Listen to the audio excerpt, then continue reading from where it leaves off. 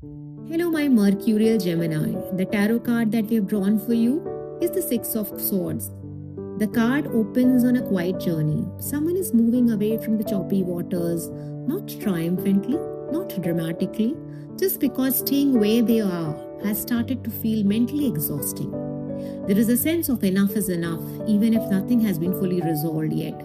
In love, this card often shows emotional distance that is deliberate. You may be pulling back from conversations that feel circular, draining, or mentally heavy. This isn't coldness, it's clarity. If someone feels you have gone quiet, it's likely because you are choosing peace over constant processing.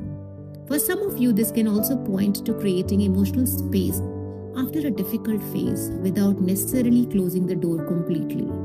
In work or career, this card reflects a shift both in mindset as well as in locations. You may be still physically present, but mentally you have already moved on. Old ideas, rules, or expectations may no longer stimulate you by the way they once did. There is a subtle planning energy here, not announcing change, but preparing for it.